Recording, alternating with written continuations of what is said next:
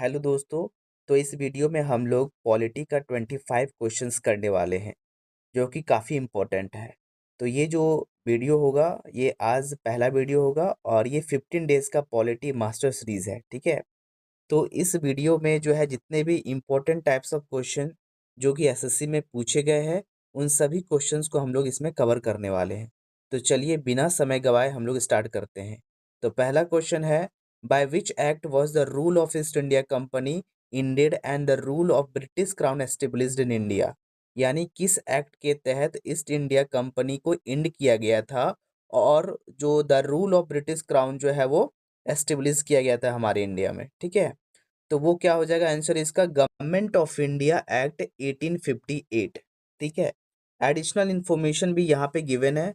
After the 1857 का जो revolt था, जो रूल है वो ट्रांसफर्ड कर दिया गया था डायरेक्टली किसको, क्राउन को दे दिया गया था, ठीक है। तो दूसरा क्वेश्चन क्या है, under which act was the portfolio system recognised legally for the first time in India. तो ये क्या हो जाएगा इसका आंसर, इसका आंसर हो जाएगा इंडियन काउंसिल एक्ट 1861 का, ठीक है।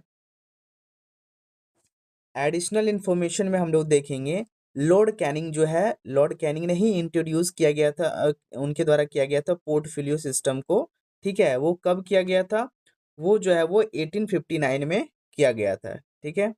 नेक्स्ट क्वेश्चन देखेंगे, who is regarded who is regarded as the father of communal electorate in India। किसको किया गया था, कौन थे वो जिन्हें फादर ऑफ कम्युनल इलेक्टरेट थे, तो लॉर्ड मिंटो थे।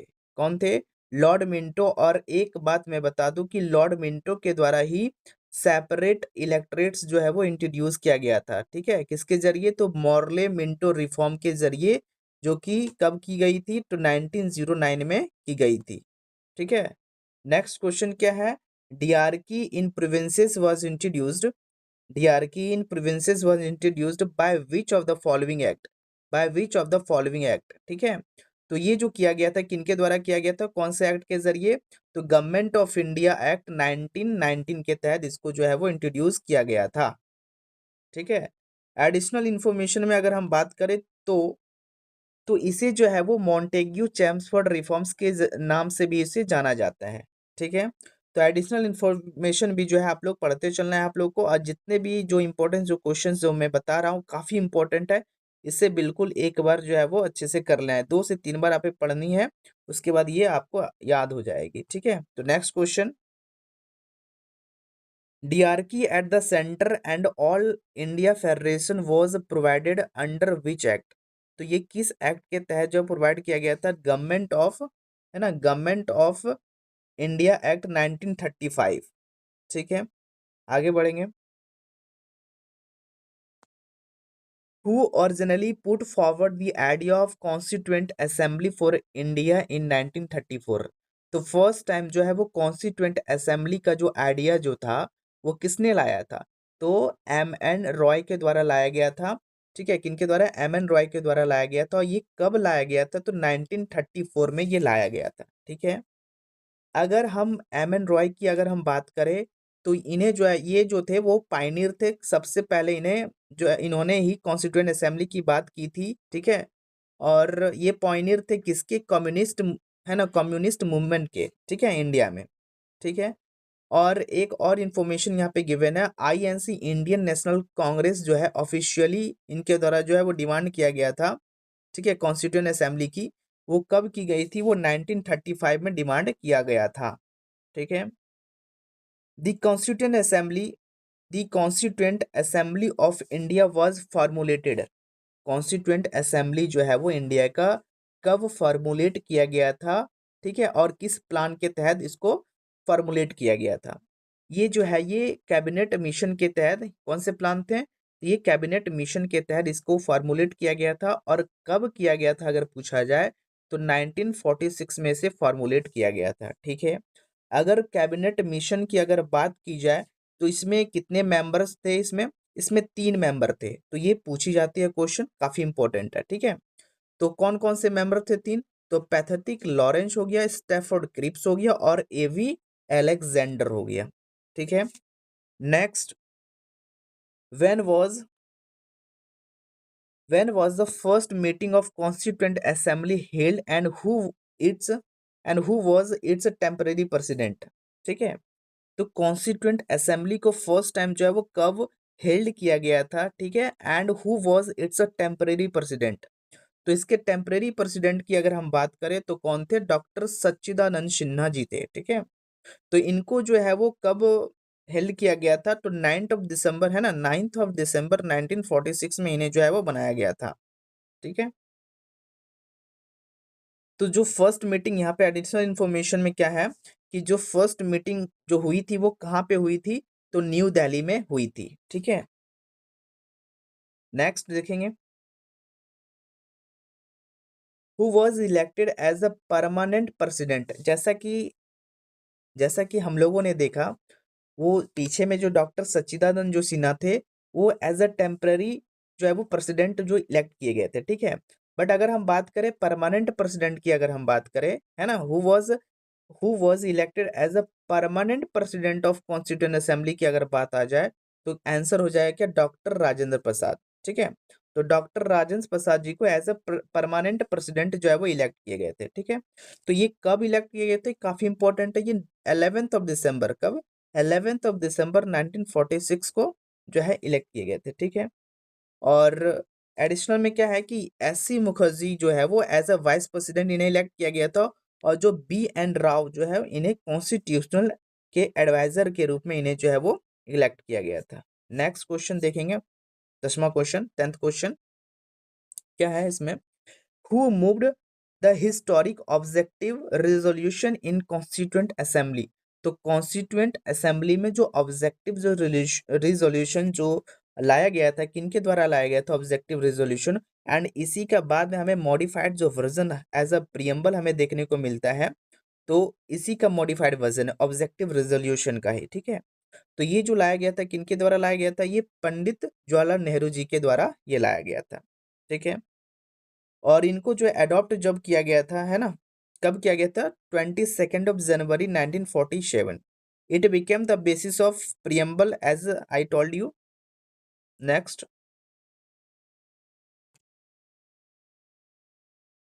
When was the most crucial drafting committee set up by the constituent assembly?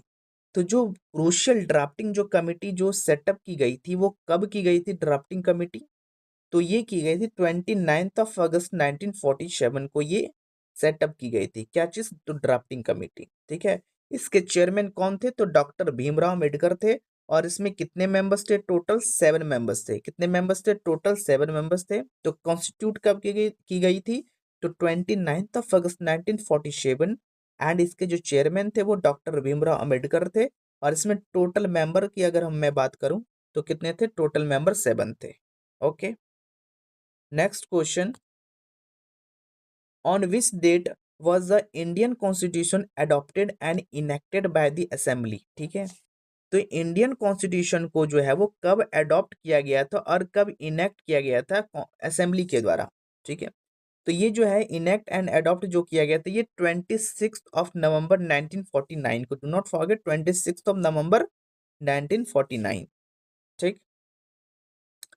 And next अगर मैं बात करूं एडिशनल इंफॉर्मेशन की बात करें तो 26 नवंबर is celebrated as annually as a constitution day के रूप में हम इसको सेलिब्रेट करते हैं। ठीक है, प्रत्येक वर्ष अगर हम बात करें तो इसे एज ए कॉन्स्टिट्यूशन डे जो है हम लोग सेलिब्रेट करते हैं। ठीक, अब अगर मैं बात करूं कि ये फुल्ली जो है इन्फोर्स्ड कब हुआ था, तो 26 जनवरी 1950 एंड 26 जनवरी 1950 के बेसिस पे ही जो 26 जनवरी is celebrated as a republic day के रूप में हम लोग सेलिब्रेट करते हैं।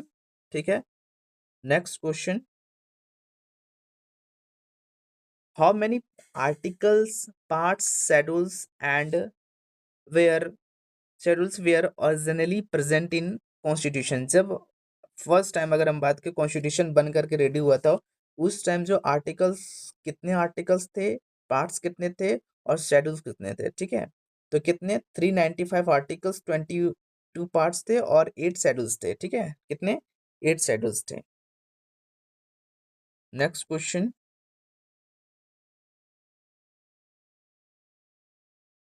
When was the final meeting of the constitution assembly held, जो फाइनल जो मीटिंग हुआ था हमारे कॉन्स्टिट्यूंट असेंबली का, वो कब हुआ था? तो वो हुआ था 24 जनवरी 1950 में ये हुआ था। और अगर मैं बात करूं नेशनल एंथम की बात करूं, नेशनल सॉन्ग की बात करूं, तो इसे भी इसी ही डेट में जो है वो अडॉप्ट किया गया था। कौन से डेट में? 24 जनवरी 1950 में जो है इसे अडॉप्ट किया गया था। ठीक है। और इसी जो 24 जनवरी 1950 है, इसी डे को जो है हमारे जो परमानेंट जो प्रेसिडेंट हैं डॉक्टर राजेंद्र प्रसाद जी को इलेक्ट किया गया था। ठीक है, एज अ परमानेंट प्रेसिडेंट, यही 24 जनवरी 1950 को। Next question, who was as a calligrapher of the original hand written Indian constitution, जो हमारा जो ओरिजिनल जो मतलब जो हमारा इंडियन कॉन्स्टिट्यूशन जो था, है ना, इसके जो ओरिजिनल जो हैंड रिटन जो कैलीग्राफर थे वो कौन थे? तो प्रेम बिहारी नारायण रजेदा। ठीक है, तो इनके द्वारा ही लिखी गई थी इंडियन कॉन्स्टिट्यूशन को अच्छे से।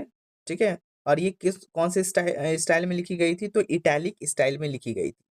इसको डेकोरेट करने का जो काम किया गया था किनके द्वारा किया गया था?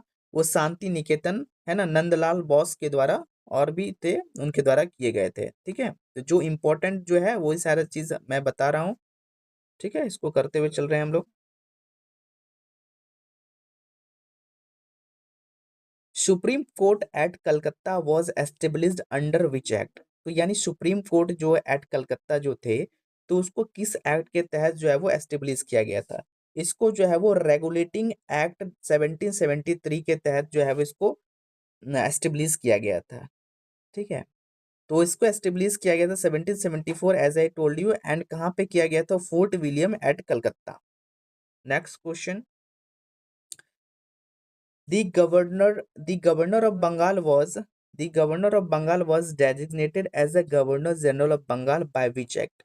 तो जो गवर्नर जनरल ऑफ जो बंगाल थे ना, जो गवर्नर ऑफ बंगाल जो थे, इन्हें गवर्नर जनरल ऑफ बंगाल कहा जाने लगा।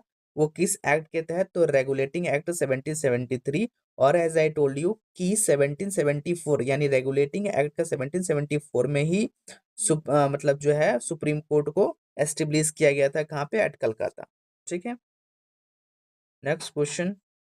और एक चीज मैं बता दूं, यहाँ पे जो एडिशनल वाला है ये भी काफी इंपॉर्टेंट है, इसको भी आप लोग देख लेना। लॉर्ड वॉरेन हेस्टिंग्स जो है वो became the first governor general of Bengal, क्योंकि मैंने बताया कि जो गवर्नर ऑफ जो थे ना, जो गवर्नर ऑफ बंगाल जो थे वो गवर्नर जनरल ऑफ बंगाल हो गया। तो फर्स्ट गवर्नर जनरल ऑफ जो बंगाल जो बने वो कौन थे? Lord Warren Hastings, sorry for that, Lord Warren Hastings. ठीक है, next question, which charter act made the governor general of Bengal as a governor general of India? ठीक है, तो कौन सा ऐसा चार्टर एक्ट था जिसके तहत जो गवर्नर जनरल ऑफ बंगाल थे उसको गवर्नर जनरल ऑफ इंडिया कहा जाने लगा? ठीक है, तो वो कौन सा था? Charter act 1833।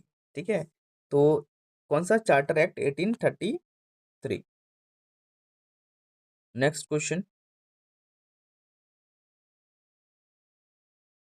Commercial commercial monopoly of east India company was completely ended bye which act? जो कमर्शियल जो मोनोपोली था ईस्ट इंडिया कंपनी का, इसको जो है वो किस एक्ट के तहत जो है इसको इंड किया गया था? ठीक है, तो क्या हो जाएगा answer? Charter act 1833।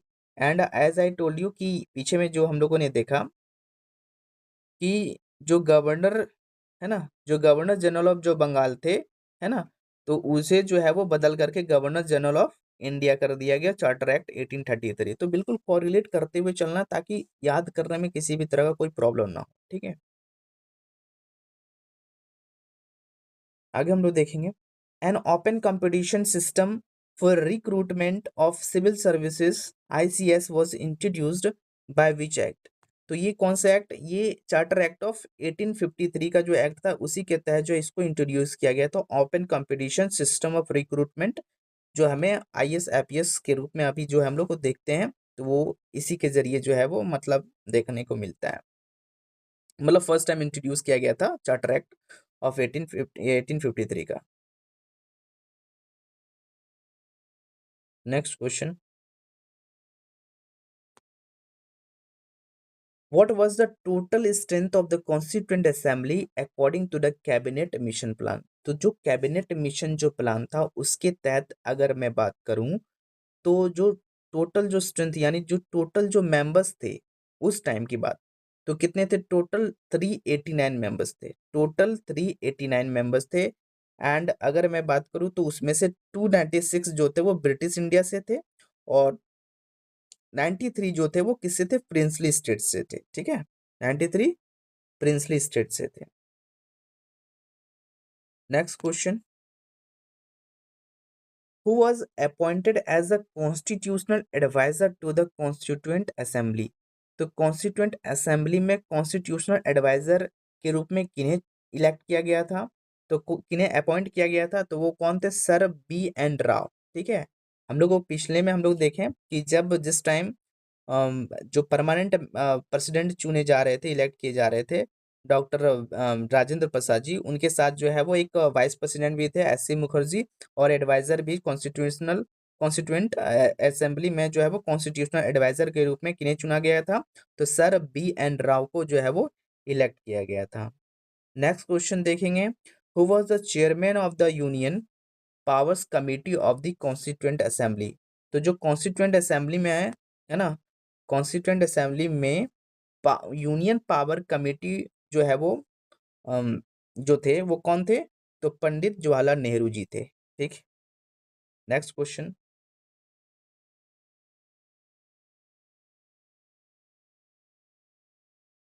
How many members remained in the constituent assembly after the partition of India. तो जब इंडिया में जो पार्टीशन जो हुई तो उस टाइम जो है वो टोटल जो मेंबर्स जो वो रहे कितने थे? वो टोटल 299 थे, यानी 299। ठीक है, मेंबर्स थे।